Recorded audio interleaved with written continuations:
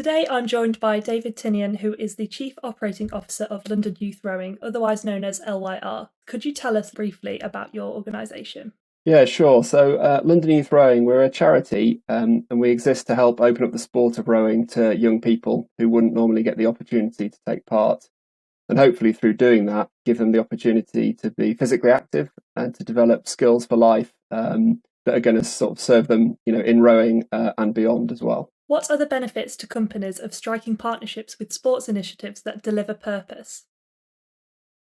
So I think there can be quite significant benefits. Like any CSR type partnership, it's obviously good for the company to be able to talk about the positive benefits they're bringing to the communities they're working with, or the sort of audiences that they want their brand to connect with. But I think with sports organisations, particularly when it's done well, it can be a really effective way of engaging employees, as well as just kind of working with a charity on a purely financial basis. So sport obviously lends itself to things like, fundraising challenges, volunteering at competitions, and also you get some great imagery with sports if you do it the right way, which can really help kind of with the communications, the marketing side to help explain partnerships to people and the benefits that they're bringing to communities. What did Tideway sponsorship of LYR's activerow London project involve, and what was the core focus of the partnership? Yeah. So at the most basic level, it was a 4-year partnership between ourselves and Tideway. And Tideway funded us to run our Active Row program in 14 schools across London, which was sort of linked geographically to where Tideway were digging the super sewer that they're building through London. And obviously part of the reason for that was wanting to be seen to be active in the communities that they were causing some disruption in. Um, it was alongside funding from Sport England, so it helped to scale up a program that we were running anyway. So it was able to reach more young people across the capital. But I think what really made it a unique and made the partnership so powerful was actually everything else that came along with that. So Tideway really committed to the partnership way over and above the funding that they gave us. So they regularly ran fundraising events and had their employees take part in that, including kind of participation events like Race the Thames, which is an indoor sponsored row that we do each year, and the Awesome Challenge, which is a race along the River Thames. And they were always focused on longer term legacy for the organisation as well. So they invested in us to build a new site for on water rowing on the Olympic Park. It's obviously a fantastic location to be able to engage young people and get them involved in water sports. And they also did a lot of specialist volunteering with us, helping with things like finance and data protection and resilience planning, communications, all those sorts of skills that often in a charity it's quite hard to find the resource to really improve how you do things. And so I think coming out of the partnership, we're in a fantastic position where the organisation as a whole, London Youth Row, has got a lot stronger and a lot more professional and a lot better than it was when we went into the partnership with Tideway. And so, in a sense, we're perfectly positioned now to actually have a longer term legacy and really continue to deliver the programme and improve the programme, building on what Tideway did with us through the 4-year partnership.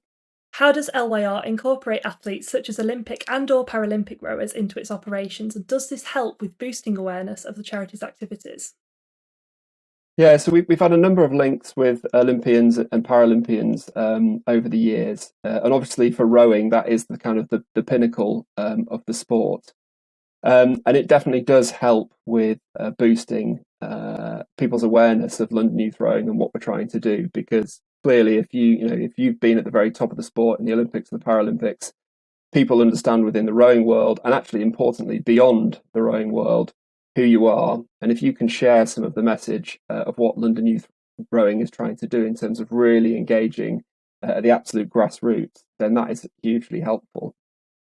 We've had a number of Olympians and Paralympians every year come along to our events and sort of help support young people taking part, encourage them, give out medals and that kind of thing. And so that's fantastic because you see, as a young person, you see a role model, you see what you could be aiming for in the sport if you want to. So that's a sort of very obvious and helpful way that particularly current athletes tend to support what we do.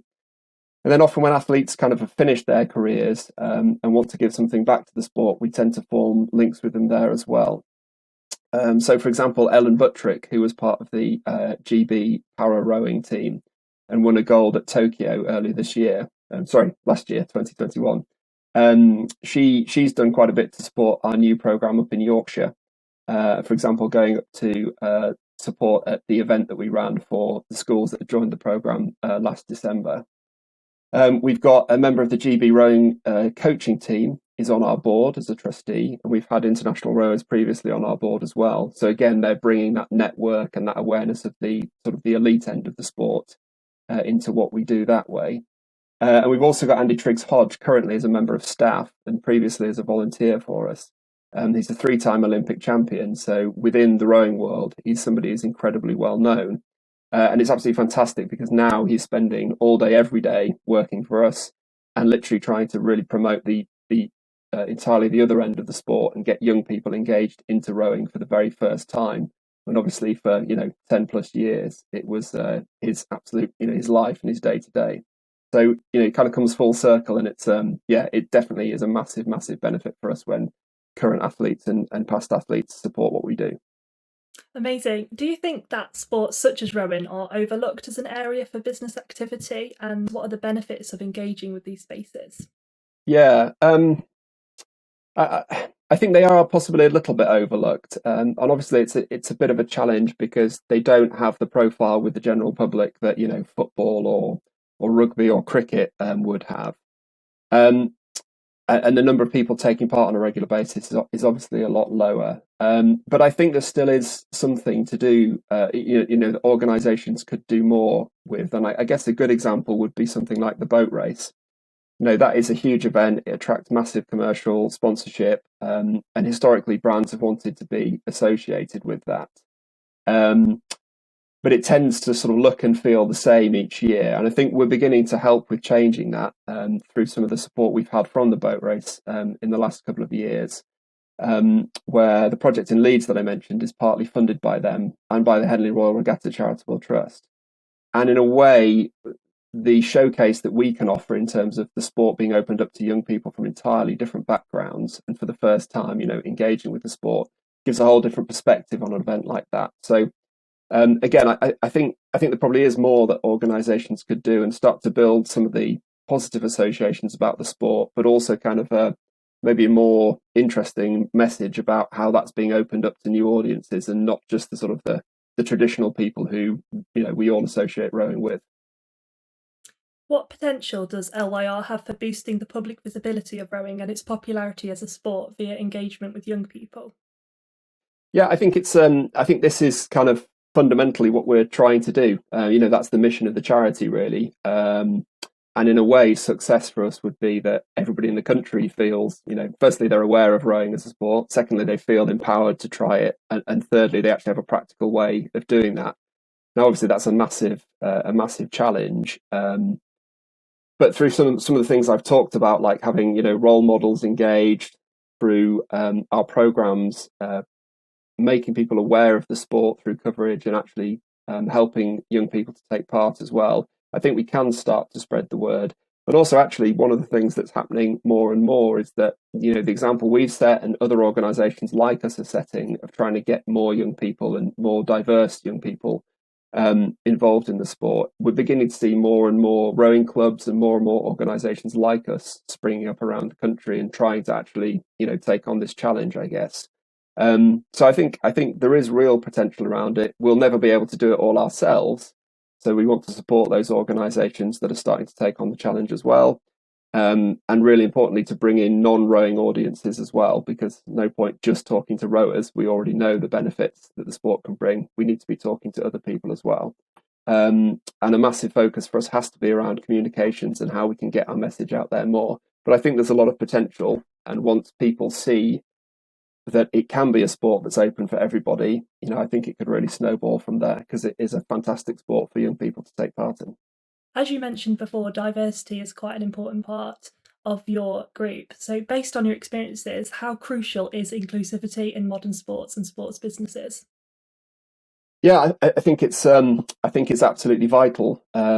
And we, interestingly, we did a bit of research during the first lockdown when obviously we couldn't run our programs as normal. So we actually took some of the time that we had that we wouldn't normally have to talk to our current coaching team and everybody who'd worked for us previously, coaching, actually working on the front line, if you like, with young people. And one of the things that came back really clearly on that was how important it was that the organisation was actually authentically committed to being inclusive and to having a real commitment to diversity. And it wasn't so much, the feedback wasn't that, for a young person to kind of click and to engage with the sport, they have to be coached by somebody who comes from exactly the same background. But it did come through that it's really important that they fundamentally believe that the organisation is committed to being inclusive, genuinely inclusive. And so we sort of looked at that, and one of the things we've done off the back of that is actually try and be more proactive about recruiting coaches from the sorts of backgrounds of the young people that we're working with, to try and then we'll sort of work with them through a programme that's funded by the Henley Royal Regatta Charitable Trust to actually develop them as rowing coaches, because we think that's the way longer term to build diversity in the sport. And I think sort of coming back to businesses, if they want to engage with the population as a whole, then I think you have to also have that authentic commitment to being inclusive, to thinking about diversity right the way from sort of board and CEO level down. Because if you don't, I think at some point it will become apparent that isn't there, and it isn't a genuine commitment. And then you can have all the right words about what you're trying to do, but if you can't back it up with how you're actually acting, then that will become apparent at some point, and it gets quite difficult then, I think. So I think we're trying to do that through our programs and through the way we run as an organization. And I think for sports businesses as well, it needs to be absolutely core to what they're doing. And finally, without giving too much away, what plans does LYR have for expanding activerow and engaging even more with communities in London and beyond? Yeah, so I mean, well, I don't think there are any big secrets here. I mean, it's again, it comes back to our mission, and as a charity, what we want to do is open up the sport to young people and all the benefits the sport can bring in terms of physical activity and developing life skills. And ideally, we want every young person to have access to that. In practical terms, we've moved beyond London for the first time this academic year, and have opened up activerow Leeds. So that's working with 27 schools across Leeds, Bradford, and Wakefield at the moment, as well as the sort of 60 odd schools that we work with in London. But what we want to do in the future is continue to add to both of those programs, and we're also actively looking at other sites across the UK where we can potentially start programs as well, because we believe that what we do can really help young people develop, and we want to open up that opportunity to as many young people as we can, depending on all the fundraising and other challenges that we face like any charity. So yeah, we're actively trying to expand the programs wherever we can.